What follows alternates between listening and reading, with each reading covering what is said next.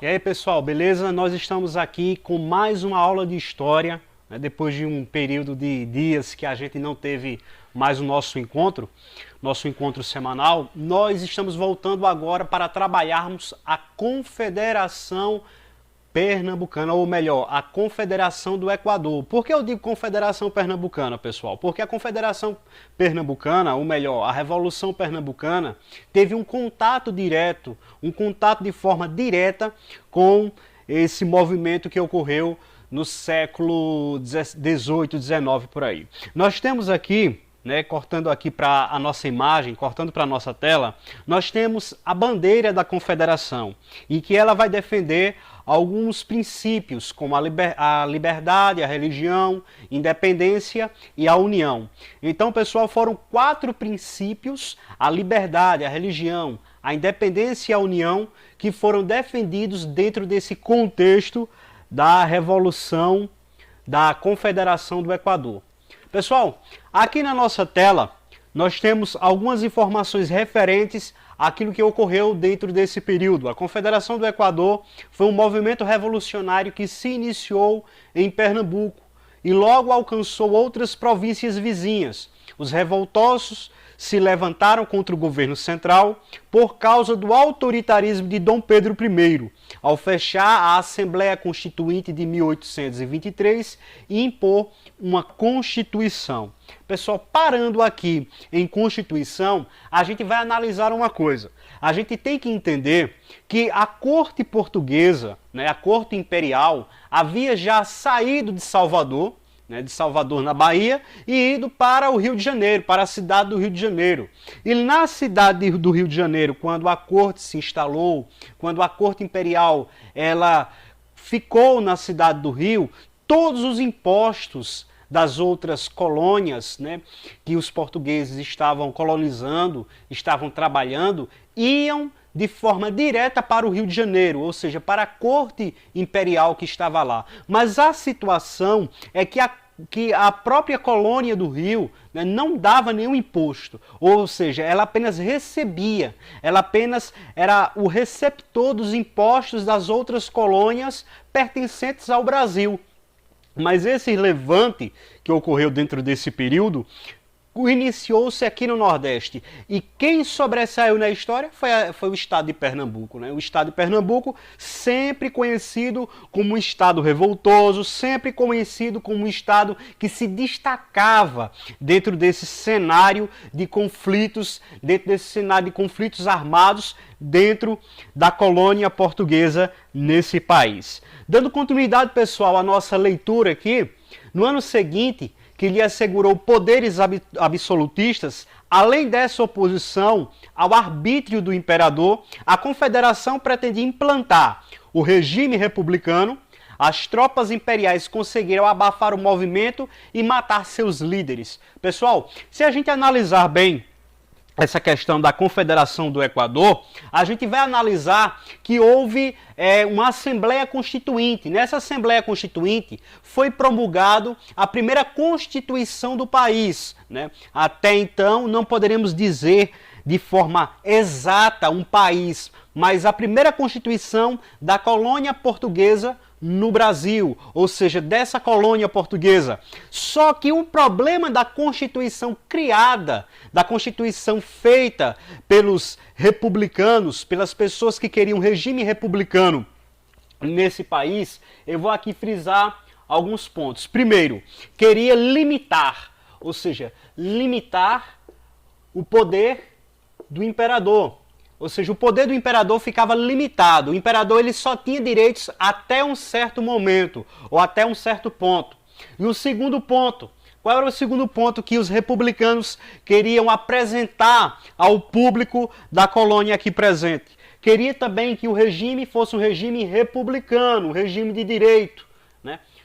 Um regime de direito social nessa colônia. Então, foram 2 princípios que, dado o momento, logo o imperador ele aceitou, ele assinou, né, a Constituição, só que ele assinou conforme as suas ideias, conforme aquilo que ele achava que queria ser feito. Ou seja, Dom Pedro I, não Dom Pedro II, Dom Pedro I queria aceitar sim, mas ele queria aceitar em que o poder ficasse centralizado, e aqui a gente vai analisar esses pontos.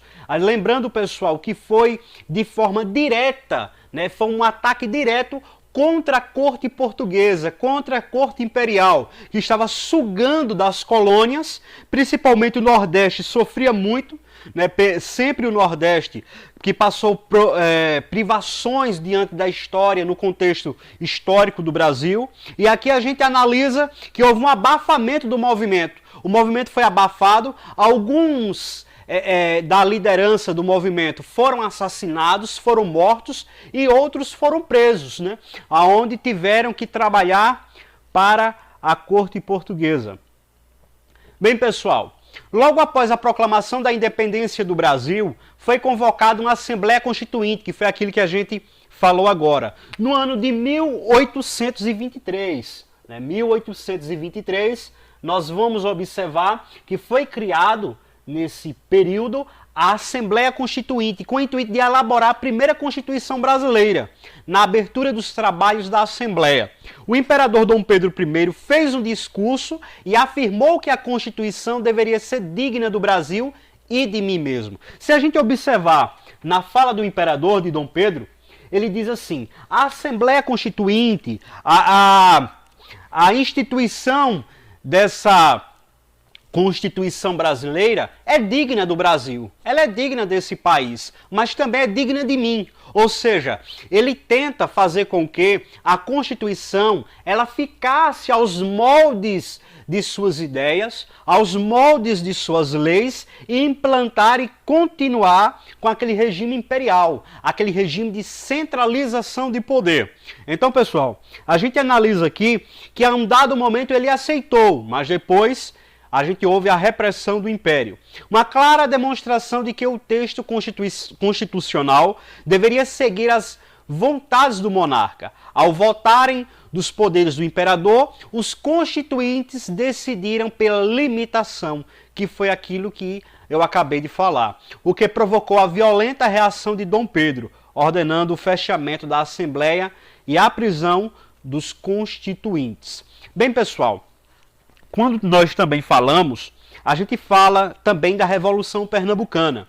E a gente vê que no ano de 1817, este ano aqui de 1817, ocorreu um evento histórico que ficou marcado na história dos pernambucanos, né, desse estado para todo sempre. Que evento ocorreu? Foi o evento em que Pernambuco, né, na sua insurreição, melhor, na sua revolução, ele se separa do país, né, ele se separa das outras colônias e ele permanece 75 dias, ou seja, 2 meses e 15 a 20 dias, separado da colônia portuguesa.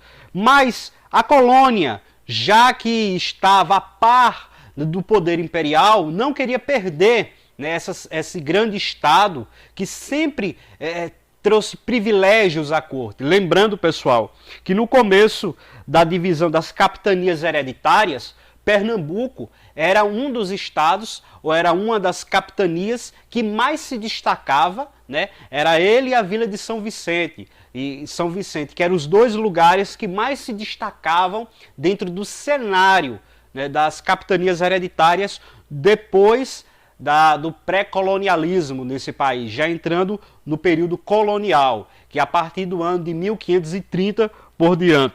Então, pessoal, a gente analisa aqui que em 1817 houve essa revolução, né? Essa revolução. E nesse contexto de revolução, Pernambuco teve, né, essa marca, essa identidade de ser um estado que passou poucos dias, mas foram poucos dias de glória, né? Foram poucos dias de avanço, e que o próprio estado de Pernambuco se levantou contra o Império na época, pessoal.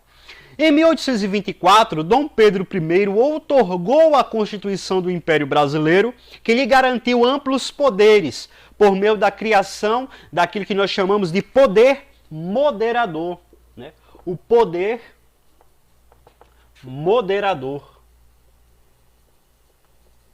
Então, pessoal, o poder moderador dava contribuição ao próprio império, ou seja, fazia com que o império tivesse garantias e amplos poderes sobre a colônia apresentada, sobre a colônia que estava a par de suas ideias, que estava a par de suas leis. E ao fechar a Assembleia e elaborar uma Constituição, sem nenhuma discussão, ou seja, não houve uma discussão, o imperador não chamou, galera, senta aqui para a gente conversar um pouco, vamos aqui tomar um bom vinho, vamos aqui conversar um pouco. Como é que a gente pode resolver essa situação? A gente pode dividir as leis aqui, a gente pode dividir as normas, os direitos aqui, eu posso dominar até um certo ponto, vocês dominam também até um certo ponto. Como é que a gente pode fazer? Eles não faziam isso, pessoal, ou seja, ficava apenas a par do poder moderador, o poder segundo as normas, segundo os direitos, segundo as ideias imperiais.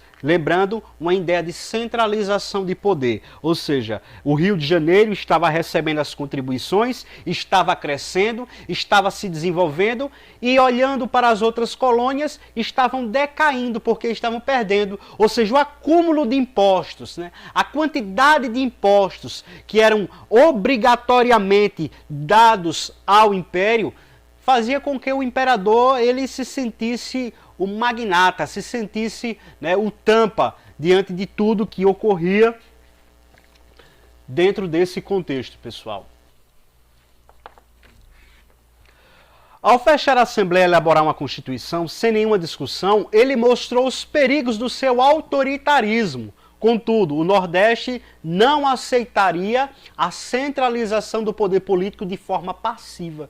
Então, eles não queriam aceitar de forma boa. O imperador mostrou um lado da moeda em que ele era um ditador. Ele queria colocar tipo um regime ditatorial, mas o Nordeste, mesmo sabendo, né, das ações governamentais do próprio império, o Nordeste se sobressaiu como a região que fez oposição ao poder imperial. Os pernambucanos decidiram pegarem armas para lutar contra o autoritarismo do governo central. Lembrando, pessoal, que quando a gente fala aqui dos pernambucanos, a gente vê em destaque algumas pessoas, principalmente donos de terra, grandes fazendeiros e também grandes comerciantes da região metropolitana do estado, aqui da cidade do Recife, e também das regiões do litoral, como a zona da Mata Sul e Norte. Então, pessoal, a gente vai analisar que alguns desses proprietários, alguns desses fazendeiros, desses grandes comerciantes que tinham destaque dentro do Estado, eles se sobressaíram na história como opositores contra o regime imperial, contra o regime ditatorial do imperador Dom Pedro I, que a dado momento queria tomar conta de tudo. E eles empunharam armas contra esse regime ditatorial. Nós temos aqui, pessoal, a figura, voltando aqui para a tela, você analisa aqui a figura de um homem amarrado a um poste, né? Nós vemos alguns soldados ao lado, e este senhor que está aí é o Frei Caneca, né? O Frei Caneca, ele é conhecido como um dos maiores revolucionários da história, dentro desse cenário aqui em Pernambuco, da Revolução Pernambucana. O Frei Caneca, ele teve esse destaque importante porque, ao mesmo tempo que ele era um religioso, lembrando em consideração não apenas as pessoas que tinham o seu trabalho secular, né, do dia a dia, que empunharam armas, mas também os próprios religiosos, na figura do Frei Caneca, que também empunharam armas contra esse regime ditatorial, contra esse regime de oposição do imperador. E o Frei Caneca, eu me lembro até que eu fiz o meu trabalho de TCC na conclusão de curso, que o Frei Caneca também passou por essas regiões aqui de Passíria, né? Ele andou por todas as regiões do estado, apregoando a liberdade, a terra, o direito social das pessoas. Então a gente vê que ele teve esse destaque importante dentro desse cenário de libertação, ou melhor, de revolução. Um pouco sobre o histórico dele, diz que o Frei Joaquim do Amor Divino, que era mais conhecido como Frei Caneca, foi o líder mais conhecido da revolta. Ele nasceu no dia 20 de agosto de 1779, na cidade do Recife.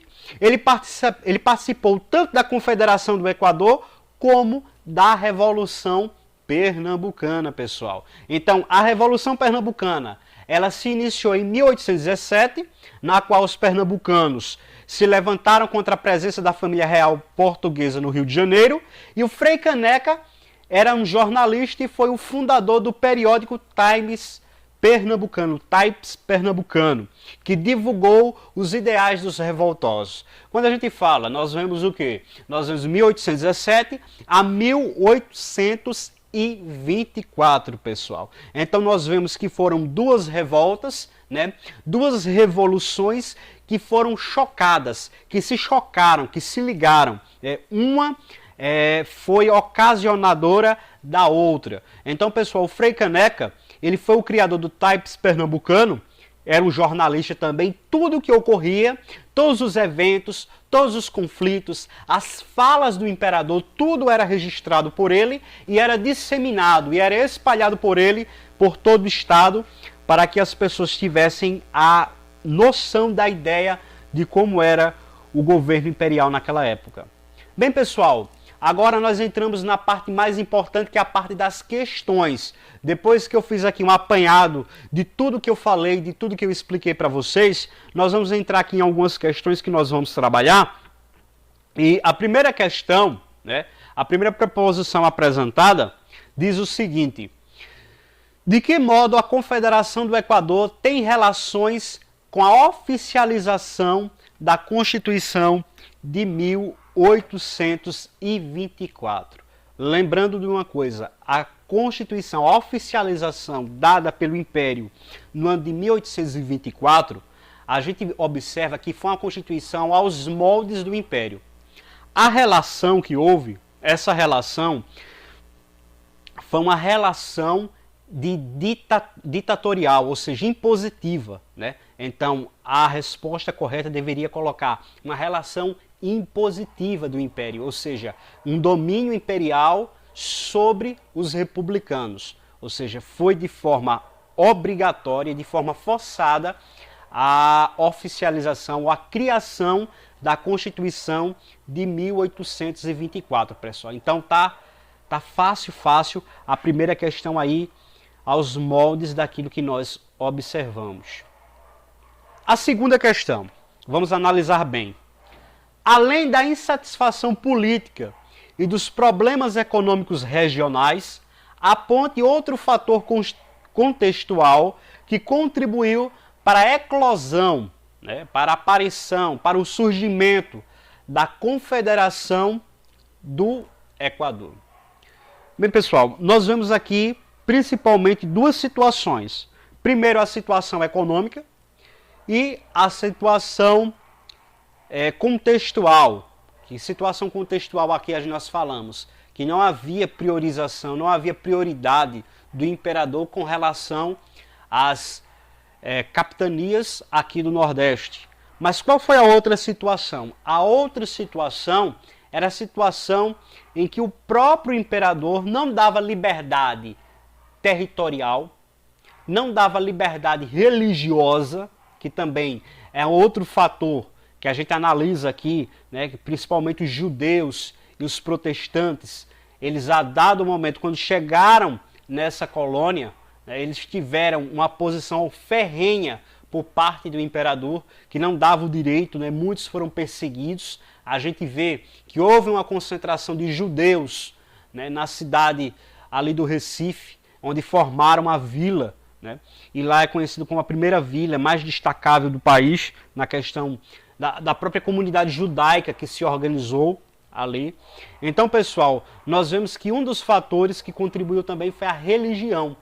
Então, a questão 2, também você pode colocar a religião como um dos fatores que contribuiu para a eclosão da Confederação do Equador. Terceiro ponto.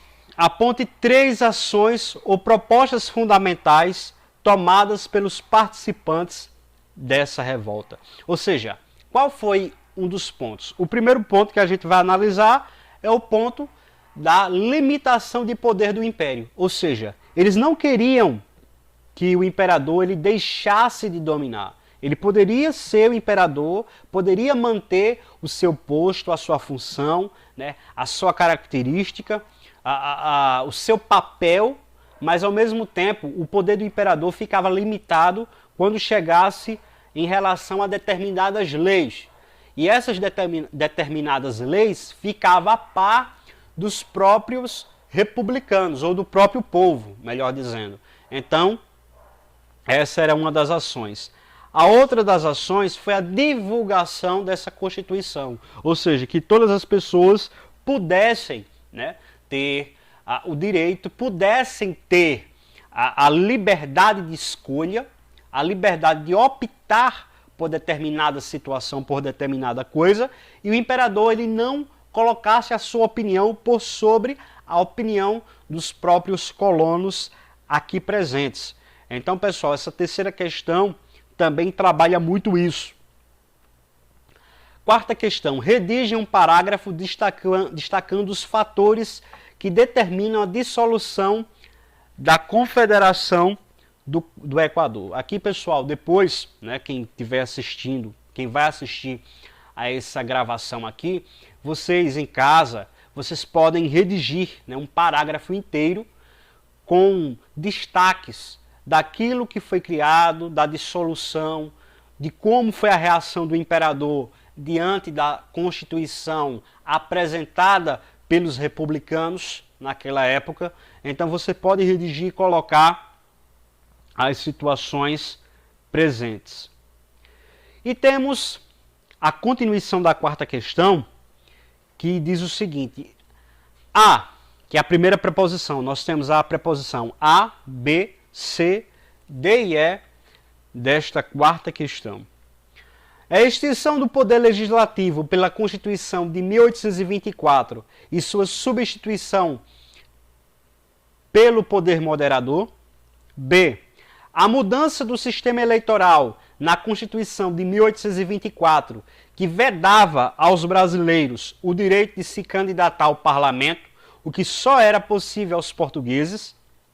C, a atitude absolutista de Dom Pedro I ao dissolver a Constituinte de 1823 e outorgar uma Constituição que conferia amplos poderes ao imperador. D, liberação do sistema de mão de obra nas disposições constitucionais por pressão do grupo português, que já não detinham o controle das grandes fazendas e da produção do açúcar. E, restrição das vantagens do comércio do açúcar pelo reforço do monopólio português e aumento dos tributos contidos na Carta Constitucional. Bem, pessoal, a continuação da questão 4, ela vai querer apresentar, ela vai querer destacar, né, logo a princípio, qual foi a reação do imperador diante da revolta dos republicanos. A gente vê o que foi criado em 1824. Foi uma legislação em que o poder era moderador, o poder de moderar, o poder de moderar conforme a lei do imperador. Então, a alternativa correta a ser marcada é a alternativa A primeira alternativa que fala a respeito desse poder moderador. Então, pessoal, foi aí a nossa aula de hoje. Espero que vocês gostem do conteúdo apresentado e que tudo que foi registrado aqui, vocês se preparem para o dia da prova. Beleza, pessoal? Tenham um bom dia.